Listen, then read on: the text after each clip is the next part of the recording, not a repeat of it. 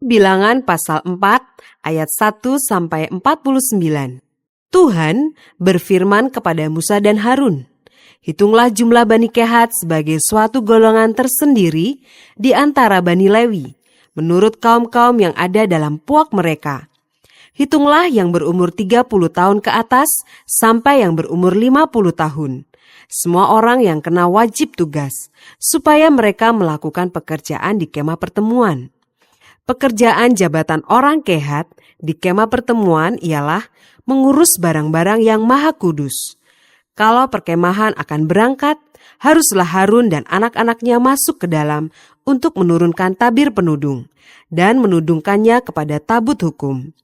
Di atasnya mereka harus meletakkan tutup dari kulit lumba-lumba, dan di atasnya lagi mereka harus membentangkan selai kain yang seluruhnya ungu tua.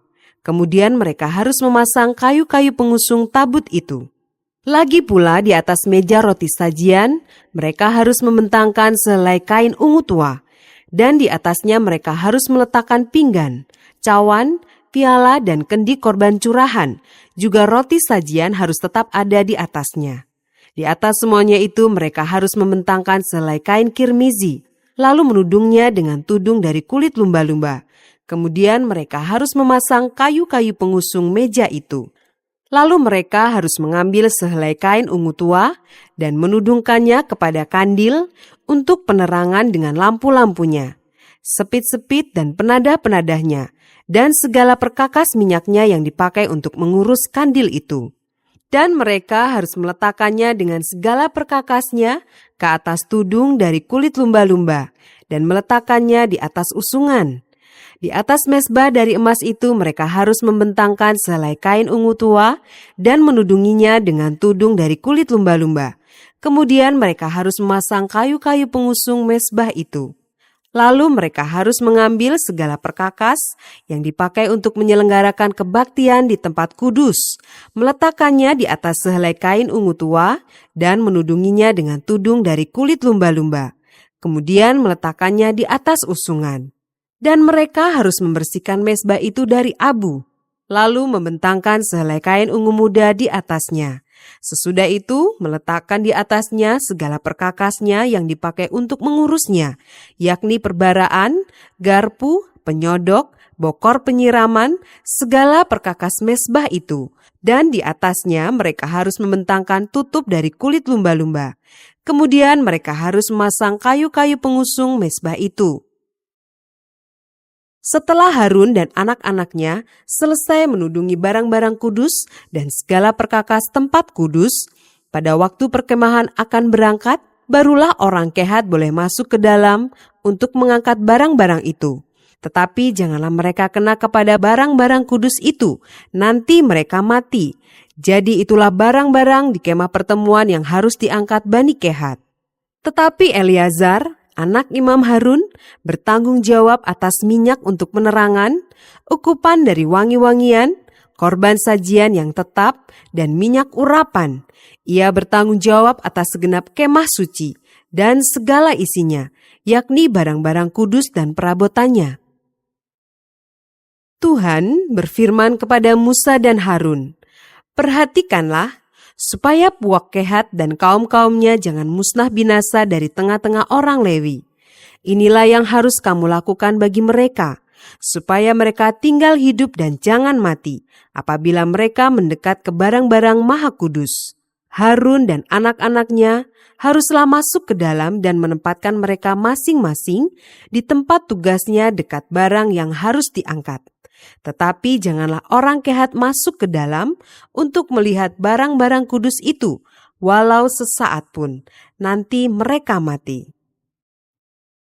Tuhan berfirman kepada Musa, "Hitunglah juga jumlah Bani Gerson, menurut puak dan kaum-kaum mereka. Catatlah mereka yang berumur 30 tahun ke atas sampai yang berumur 50 tahun. Yakni setiap orang yang wajib tugas, supaya mereka melakukan pekerjaan jabatan di kemah pertemuan. Inilah tugas kaum-kaum Gerson dalam hal pekerjaan jabatan dan pengangkatan barang itu. Mereka harus mengangkat tenda-tenda kemah suci dan kemah pertemuan tudungnya, dan tudung dari kulit lumba-lumba yang ada di atasnya, tirai pintu kemah pertemuan, layar-layar pelataran dan tirai pintu gerbang pelataran yang ada sekeliling kemah suci dan mezbah, dengan talinya dan segala perkakas untuk pekerjaan jabatan mereka. Dan mereka harus melakukan segala tugas yang perlu berkenaan dengan semuanya itu. Seluruh pekerjaan jabatan Bani Gerson harus dilakukan sesuai dengan perintah Harun dan anak-anaknya, yakni segala tugas pengangkatan barang dan pekerjaan jabatan itu. Kamu harus membuat mereka penanggung jawab atas segala yang harus diangkat mereka. Itulah tugas kaum-kaum Bani Gerson di kemah pertemuan. Mereka harus mengerjakan di bawah pimpinan Itamar, anak Imam Harun itu. Orang Merari haruslah kau catat menurut kaum-kaum yang ada dalam puak mereka. Catatlah mereka yang berumur 30 tahun ke atas sampai yang berumur 50 tahun, yakni setiap orang yang kena wajib tugas, supaya mereka melakukan pekerjaan jabatan pada kemah pertemuan.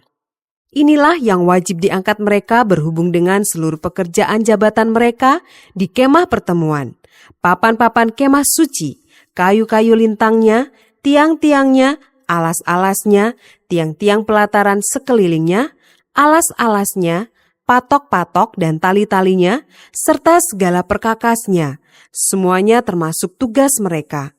Dengan terperinci haruslah kamu tunjuk perkakas yang wajib diangkat mereka itu.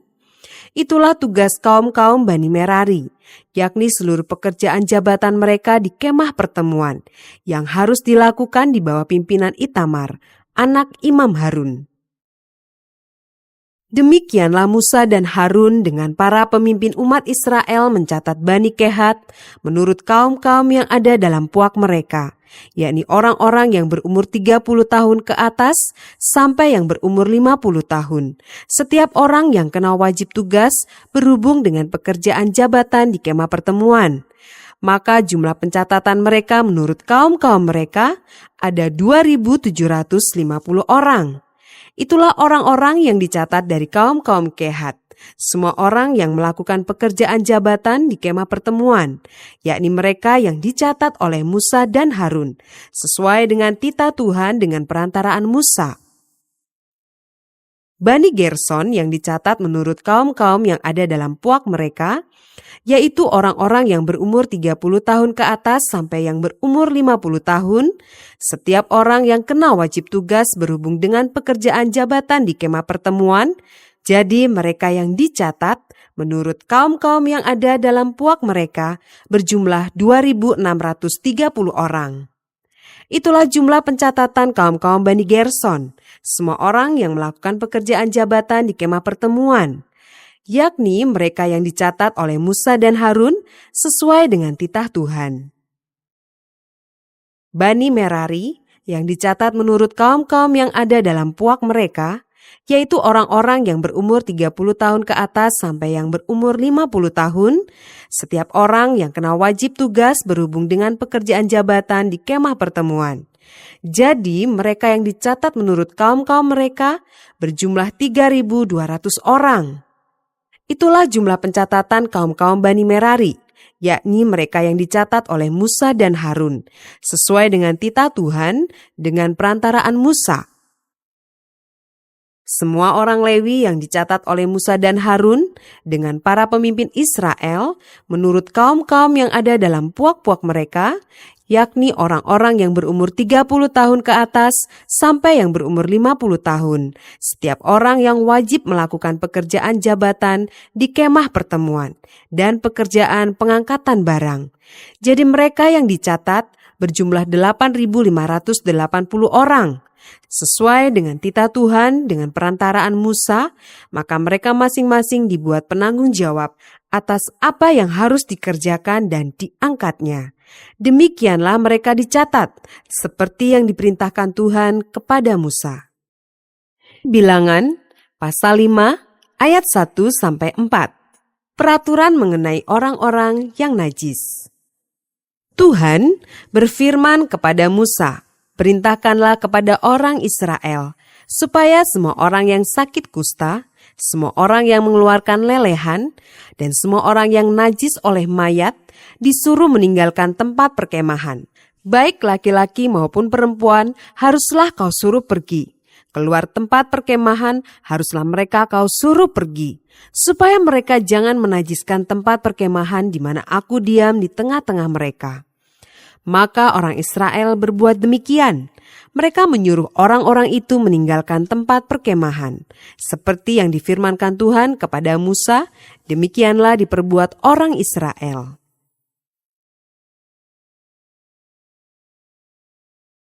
Ayat 5-10.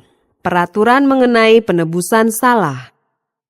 Tuhan berfirman kepada Musa, "Berbicaralah kepada orang Israel. Apabila seseorang, laki-laki atau perempuan, melakukan sesuatu dosa terhadap sesamanya manusia, dan oleh karena itu berubah setia terhadap Tuhan, sehingga orang itu menjadi bersalah, maka haruslah ia mengakui dosa yang telah dilakukannya itu, kemudian membayar tebusan sepenuhnya dengan menambah 1/5, lalu menyerahkannya kepada orang terhadap siapa ia bersalah. Tetapi apabila orang itu tidak ada kaumnya, kepada siapa dapat dibayar tebusan salah itu, maka tebusan salah yang harus dibayar itu menjadi kepunyaan Tuhan dan adalah bagian imam. Belum terhitung domba jantan pendamaian yang dipakai untuk mengadakan pendamaian bagi orang itu. Dari persembahan-persembahan kudus yang disampaikan orang Israel kepada imam, persembahan khususnya adalah bagian imam. Sedang persembahan-persembahan kudus yang dibawa oleh seseorang adalah bagian orang itu sendiri. Hanya apa yang diserahkannya kepada seorang imam adalah bagian imam itu. Ayat 11-31. Hukum mengenai perkara cemburuan. Tuhan berfirman kepada Musa, "Berbicaralah kepada orang Israel dan katakanlah kepada mereka, apabila istri seseorang berbuat serong dan tidak setia terhadap suaminya, dan laki-laki lain tidur dan bersetubuh dengan perempuan itu dengan tidak diketahui suaminya, karena tinggal rahasia bahwa perempuan itu mencemarkan dirinya, tidak ada saksi terhadap dia, dia tidak kedapatan.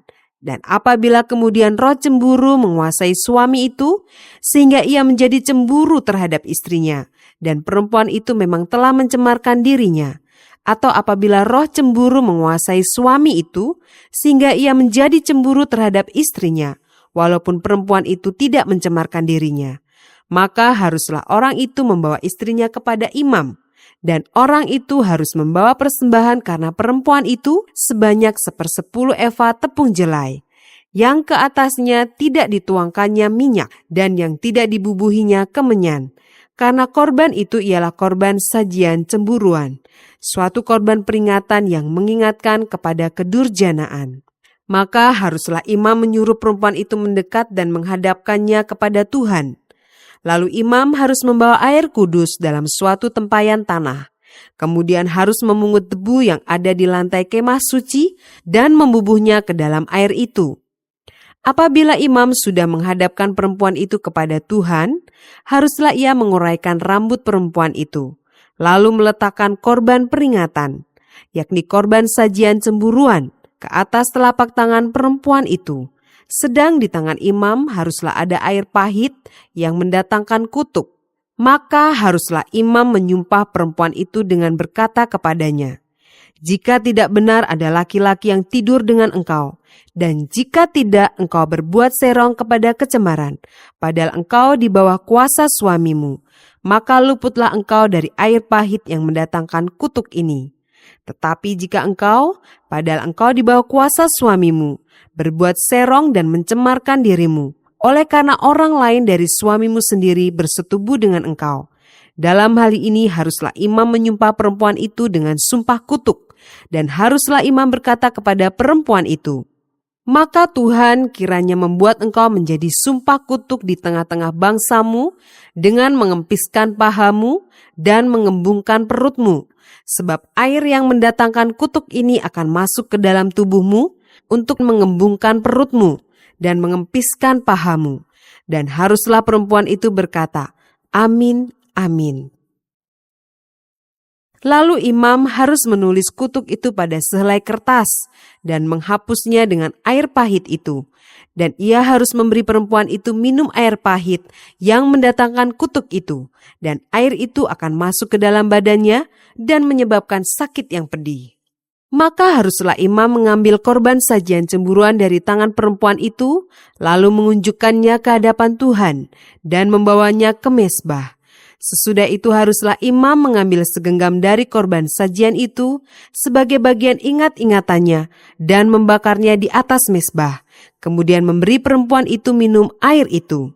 Setelah terjadi demikian, apabila perempuan itu memang mencemarkan dirinya dan berubah setia terhadap suaminya, air yang mendatangkan sumpah serapah itu akan masuk ke badannya dan menyebabkan sakit yang pedih, sehingga perutnya mengembung dan pahanya mengempis, dan perempuan itu akan menjadi sumpah kutuk di antara bangsanya. Tetapi apabila perempuan itu tidak mencemarkan dirinya, melainkan ia suci, maka ia akan bebas dan akan dapat beranak. Itulah hukum tentang perkara cemburuan. Kalau seorang perempuan telah berbuat serong dan mencemarkan dirinya, padahal ia di bawah kuasa suaminya, atau kalau roh cemburu menguasai seorang laki-laki, sehingga ia cemburu terhadap istrinya, ia harus menghadapkan perempuan itu kepada Tuhan, dan imam haruslah melaksanakan seluruh hukum ini kepada perempuan itu. Laki-laki itu akan bebas daripada salah, tetapi perempuan itu haruslah menanggung akibat kesalahannya. Bilangan pasal 6 ayat 1-21. Hukum mengenai kenaziran. Tuhan berfirman kepada Musa, "Berbicaralah kepada orang Israel, dan katakanlah kepada mereka, apabila seseorang, laki-laki atau perempuan, mengucapkan nazar khusus, yakni nazar orang nazir, untuk mengkhususkan dirinya bagi Tuhan, maka haruslah ia menjauhkan dirinya dari anggur dan minuman yang memabukkan. Jangan meminum cuka anggur atau cuka minuman yang memabukkan, dan jangan meminum sesuatu minuman yang dibuat dari buah anggur, dan jangan memakan buah anggur, baik yang segar maupun yang kering. Selama waktu kenazirannya, janganlah ia makan sesuatu apapun yang berasal dari pohon anggur, dari bijinya sampai kepada pucuk rantingnya. Selama waktu nazarnya, sebagai orang nazir, janganlah pisau cukur lalu di kepalanya. Sampai genap waktunya, ia mengkhususkan dirinya bagi Tuhan. Haruslah ia tetap kudus dan membiarkan rambutnya tumbuh panjang. Selama waktunya ia mengkhususkan dirinya bagi Tuhan, janganlah ia dekat kepada mayat orang. Bahkan apabila mati ayahnya ataupun ibunya, saudaranya laki-laki ataupun saudaranya perempuan, janganlah ia menajiskan dirinya kepada mereka, sebab tanda kenaziran bagi Allahnya ada di atas kepalanya. Selama waktu kenazirannya, ia kudus bagi Tuhan. Tetapi apabila seseorang mati di dekatnya dengan sangat tiba-tiba, sehingga ia menajiskan rambut kenazirannya, maka haruslah ia mencukur rambutnya pada hari pentahirannya, yaitu pada hari yang ke-7, haruslah ia mencukurnya.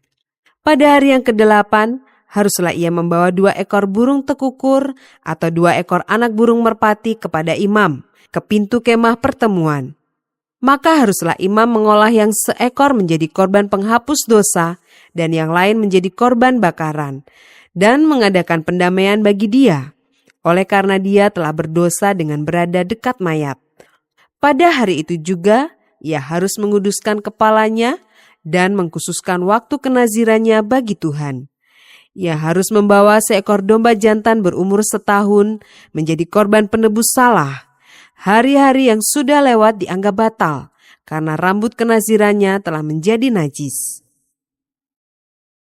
Dan inilah hukum tentang seorang nazir. Apabila waktu kenazirannya genap, ia harus dibawa ke pintu kemah pertemuan, dan ia harus mempersembahkan sebagai persembahannya kepada Tuhan seekor domba jantan berumur 1 tahun yang tidak bercela untuk korban bakaran, dan seekor domba betina berumur 1 tahun yang tidak bercela untuk korban penghapus dosa, dan seekor domba jantan yang tidak bercela untuk korban keselamatan. Juga sebakul roti yang tidak beragi, yakni roti bundar dari tepung yang terbaik, yang diolah dengan minyak, dan roti tipis yang tidak beragi diolesi dengan minyak, serta dengan korban sajian dan korban-korban curahannya. Lalu haruslah imam membawa semuanya itu ke hadapan Tuhan dan mengolah korban penghapus dosa dan korban bakarannya. Domba jantan itu haruslah diolahnya sebagai korban keselamatan bagi Tuhan, beserta sebakul roti yang tidak beragi itu. Juga haruslah imam mengolah korban sajian dan korban curahannya.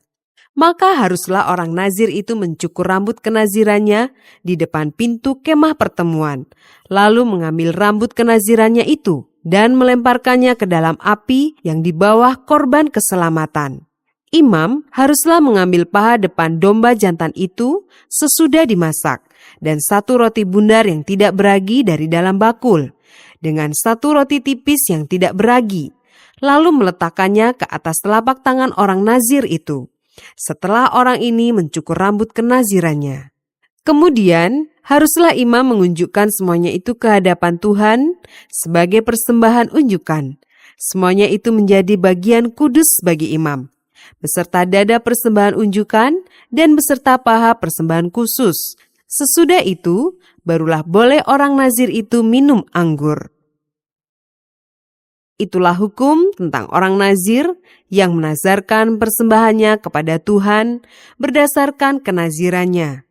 Belum dihitung apa yang ia mampu mempersembahkan di samping itu, sesuai dengan bunyi nazar yang diikrarkannya. Demikianlah harus dilakukannya berdasarkan hukum tentang kenazirannya. Ayat 22-27. Ucapan berkat imam. Tuhan berfirman kepada Musa, "Berbicaralah kepada Harun dan anak-anaknya. Beginilah harus kamu memberkati orang Israel. Katakanlah kepada mereka, Tuhan memberkati engkau dan melindungi engkau. Tuhan menyinari engkau dengan wajahnya dan memberi engkau kasih karunia. Tuhan menghadapkan wajahnya kepadamu dan memberi engkau damai sejahtera." Demikianlah harus mereka meletakkan namaku atas orang Israel, maka aku akan memberkati mereka.